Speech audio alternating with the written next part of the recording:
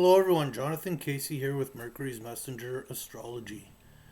So I recently did a video on the Executive Order 13959, and I should watch my videos before uploading them. I realized that I didn't really finish the video. I didn't cover the March 4th date. I referred to a previous video I did where I compared the March 4th date to both Trump and Biden. But I should have actually covered it more in the video. So this is kind of a reshoot of the Executive Order 13959. So, yeah, on November the 12th, 2020, Donald Trump signed Executive Order 13959. And on this day, we had Jupiter conjunct Pluto. Okay. We also had Mercury basically just entered Scorpio. So Scorpio is Pluto's sign. Mercury, therefore, is carrying this energy. This energy is expanding the decay of the establishment, and Mercury represents documents. So documents that will expand the decay of the establishment were signed here. Venus is conjunct the moon on this day. The moon will move to conjunct Venus. So maybe our emotions and values are being balanced out and made fair. It's opposing Mars in Aries. Anyhow, the most important part was Jupiter, Pluto, and Mercury. So let's move forward to January the 11th, is when this document came into effect. Okay, and on the 11th of January, Mercury, the documents have now met up with Jupiter. Let's move 6 in the morning, so let's actually move into the day here because Mercury is exactly conjunct around noon. It was actually at, oops, I'm going the wrong way, 9:30 a.m. I believe was the exact time that these documents came into effect.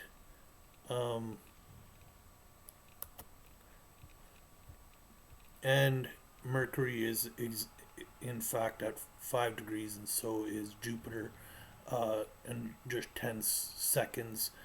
Not like seconds time wise, but degree seconds away from, or is that minutes? I think, yeah, astrologers call that minutes, not seconds. Anyhow,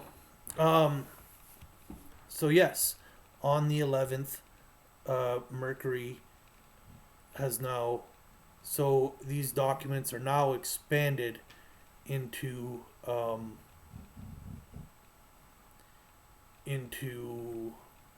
the collective, I guess, or into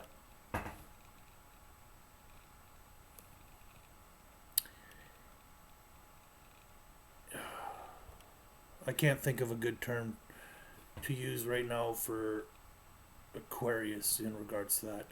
But yeah. So then there's two more times where Mercury and Jupiter are conjunct. The next time is February the 14th, which is a pagan. Let me look at that really quick. I have something on this.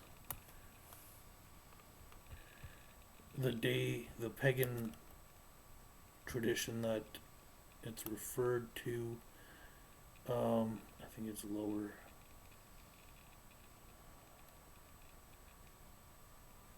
is that?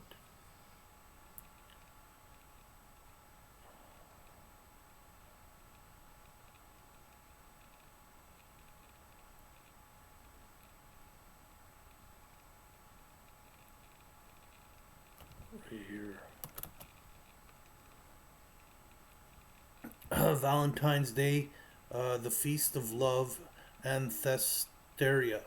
Okay. Um, what I've read about Anthesteria is that it's when our ancestors come to our aid.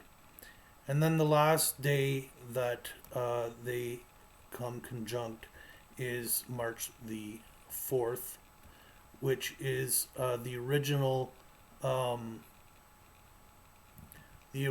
inauguration day. And I compared this chart to Donald Trump's chart. I also compared it to Biden's. On this day, Jupiter and Mercury form a grand air trine to Trump's Mercury and Jupiter. Um, Trump's Mercury, I believe, is 17 degrees Gemini, and his um, Jupiter is 17 degrees Libra, making a grand air trine.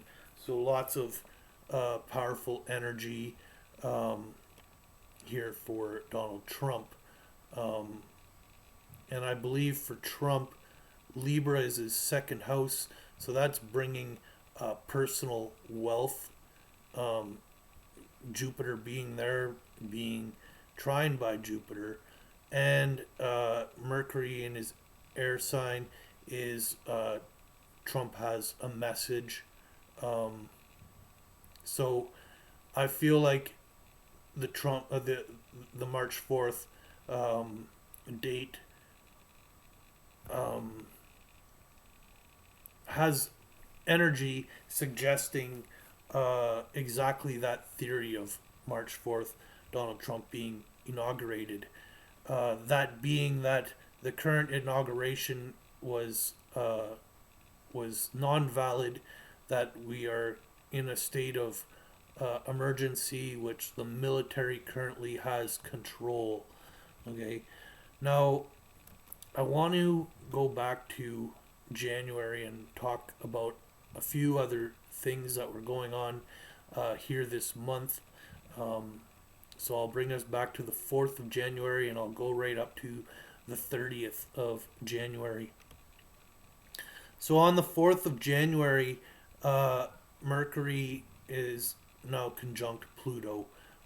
He will move to 24 degrees on this day. And what happened on January 4th? Well, some damaging information came out about Trump requesting votes, that phone call. Now I feel the media spun that I feel that the elections were stolen. Um, I've seen plenty of evidence suggesting that be true. However, the narrative is always trying to um, have us deny what we see with our own eyes, and so when he was asking for these votes, he wasn't saying make them up. He was saying find the um, find the votes that were honestly in his favor, is what I feel that was about. Okay, this is all going down during this this energy of the Jupiter Saturn conjunction, and so I really feel like we're in a battle of good and evil, so to say. I don't like the word. I don't like those words because it's in a lot of ways it's perspective. So, truth versus uh, like uh, I don't. Anyhow, let's move on. Okay, 2 days later, we had the storming of the Capitol, where Mars entered into Taurus. Where is this here? Right here. Mars entered into Taurus. He does move into Taurus by approximately noon. Um, and we had the storming of the Capitol. We see Jake Angeli wearing the Taurus, the bull horns, which is a symbolic representation of Mars, aggressive masculine energy, entering the sign of the bull Taurus. Now, just a side note, there was a woman who was executed that day. Jake Angeli himself, I'm not sure what to think of him. Um, I have, I kind of believe that we are the flesh of the cosmos. And so I feel like um, this was the cosmos wanting to be recognized, wanted to be seen. Um, and the one thing that I don't like about that was the woman being killed and the man uh, in the bull wearing the bull hat, uh, being Venus's sign, the woman's sign. I feel like that was a symbolism of uh, the patriarchy. Storming the Capitol, it was force, and force is patriarchal energy rather than influence. And anyhow, let's keep going. So then, on the 11th, like I said, the executive order came into play, and on the 20th, um, we had the inauguration. Now, I was expecting on the 20th that same Mars energy to kind of, because now he's conjunct Uranus. Uranus is shocking. I thought some shocking events were going to happen. What I basically thought was the military was going to surround the inauguration and basically arrest most of them for treason. That did not happen. Now, Mars rules the blade, and Uranus is kind of like a connection. He rules energy, power in a sense.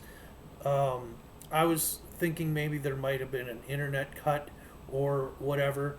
Um, Before I go further into that, I want to mention this: the nodes are squaring Neptune, so there's something going on. Uh, there's more than meets the eye happening. There's something that we're not seeing. Okay, so I feel like this energy is being is under a veil still. Okay, the moon on this day as well crosses over um, both Mars and Uranus. So all three are lined up. So I feel now, like Mercury earlier was carrying the Jupiter Pluto energy, now the moon is actually carrying this energy. And what I feel might, the connection that might be cut, one is our own uh, perception of this, two is the inauguration is cut. That change of power was cut. And that is what we're not seeing. Okay? Now, let's go to the full moon on the 28th. This full moon here is now, um, it'll happen at 8 or 9 degrees, I believe 9 degrees, but right at the beginning of 9 degrees. Yeah. Um, so the moon here is now in square to Mars and Uranus. Okay, so I feel like the moon comes into fullness. So does this energy comes into its fullness to be reflected on the leadership. The Leo signifies leadership. that what Jupiter is conjunct the sun here. Okay, so which means something big is coming to light uh, that has to do with the collective, with society, with everybody. Okay, um, that's what's going on there. Now we also have on this full moon Venus uh, conjunct Pluto. So Venus rules Taurus. So this Taurus energy can be represented by Venus conjunct Pluto. So there is on a surface level, anyhow, because Taurus rules a surface level, um, something is transforming uh, on the surface level of the structure of the establishment. Okay. Now, on the 29th, I believe, is actually when the Jupiter perfects his. That's funny. So they're connected here. But yeah, the moon, the sun. Oh, maybe Jupiter. I don't know why someone was saying Jupiter. I didn't check it out on my own time, but it appears as though Jupiter might have transited the sun. No. Oh yeah, the sun moves faster than Jupiter. What am I thinking here? Um, so Jupiter's at 9 degrees. When is that exact?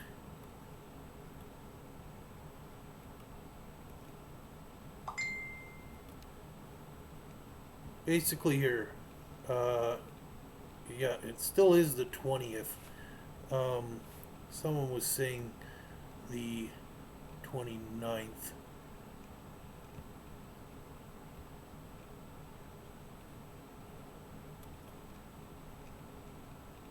Yeah.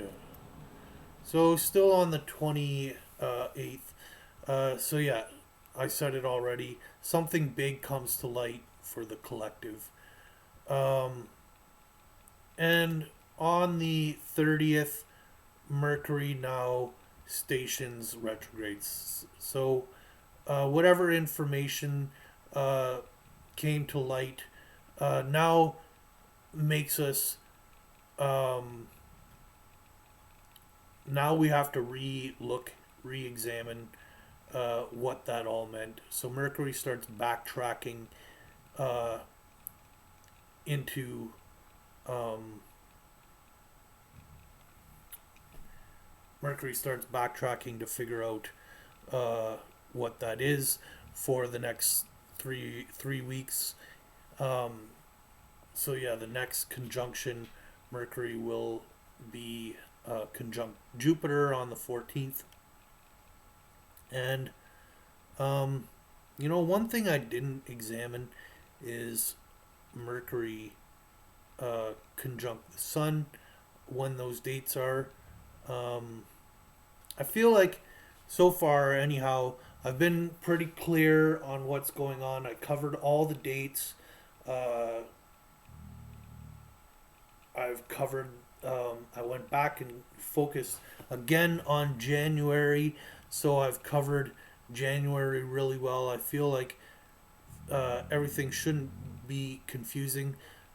So let's just, for fun, try and figure out what days Mercury transited the Sun. So Mercury is at 6 here. So it looks like December 20th and 21st, right on the Saturn Jupiter conjunction, Mercury transited the Sun. So yeah, it has. So everything that's going on right now, I feel, comes back to uh, the Saturn Jupiter conjunction, um, being being the dominant energy of our time right now. Now, February, we have 6 planets in Aquarius. So, 6 planets in Aquarius. Um, Here, we're not done looking at Mercury. So, Mercury then goes retrograde towards the end of January, and Sun's at 15. Where's Mercury? You're at 24 still. So the when he goes retrograde over the Sun, it's not as um, they. There's a term in astrology called Cazimi. As far as I've heard, the Cazimi energy isn't as strong in the retrograde. I couldn't see why it wouldn't be, but yeah, other the 7th or 8th of February, um, Mercury transits the Sun, and then in by the 21st or so, yeah, Mercury stations to go direct, and it might take a while for Mercury to catch back up to the Sun. The Sun is now at 15 degrees, 16 degrees Pisces. Mercury's a whole sign behind him.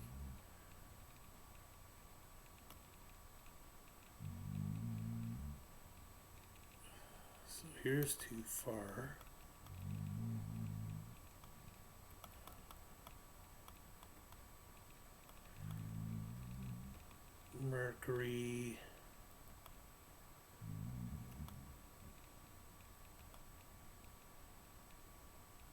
Mercury and the Sun right here on April 18th.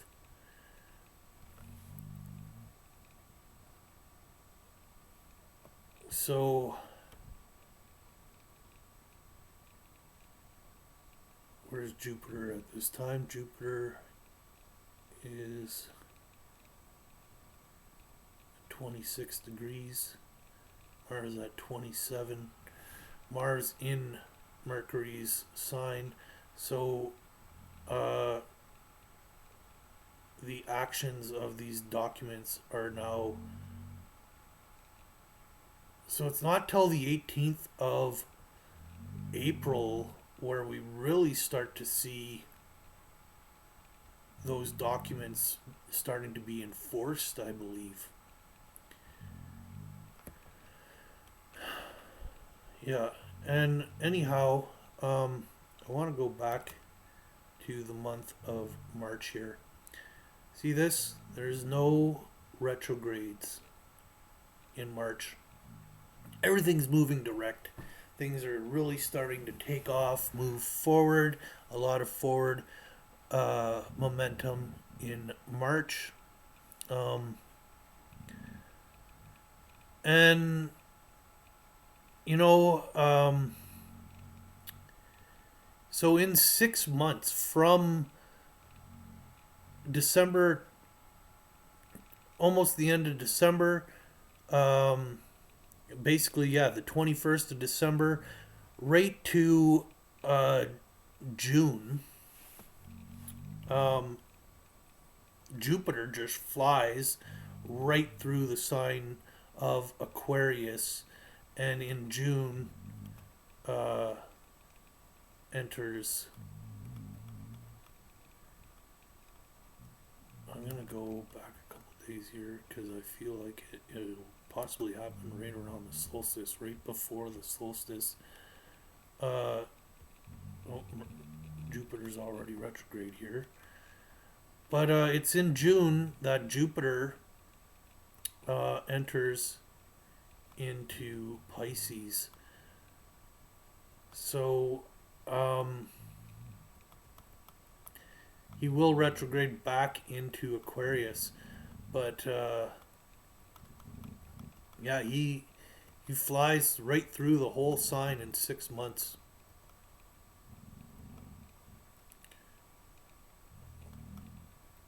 Where are we here? This is just extra nonsense in a way here. But May 12th, May 13th. Yeah, May 13th, Jupiter will enter Pisces. So, first time I look at this chart, and I'm not getting deep into it, just because the video has already gone for 25 minutes, and I want this to be easily understood. I feel like the last time I jumped around too much. I didn't cover the full